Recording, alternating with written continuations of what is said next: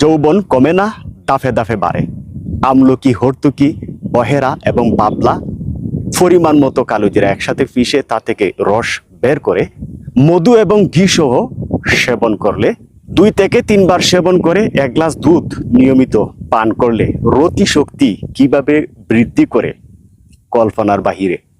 হর্তুকি কেন থাকে না জানা থাকলে কমেন্টে জানাবেন।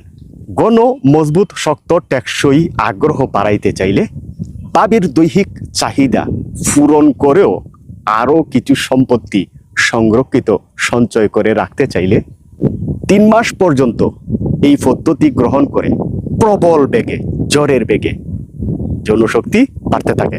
সময় মতো ভালো ঘুম, ডিপ্রেশন মুক্ত জীবন, সপ্তাহে অন্তত 5 দিন শারীরিক পরিশ্রম অথবা শরীর চর্চা। শস্য জাতীয় যত খাবার আছে নিয়ম করে খাওয়া। তিল, কাজু বাদাম, পেস্তা বাদাম, কাঠবাদাম, চীনাবাদাম, চিয়া সিড, তুকমা দানা, তাল মাখনা, ওই ধরনের শস্য জাতীয় যত খাবার আছে নিয়ম করে খাওয়া।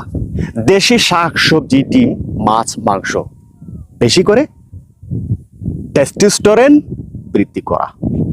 আরো কিছু জানতে বা আরো কিছু পেতে কমেন্টে নজর দেওয়া।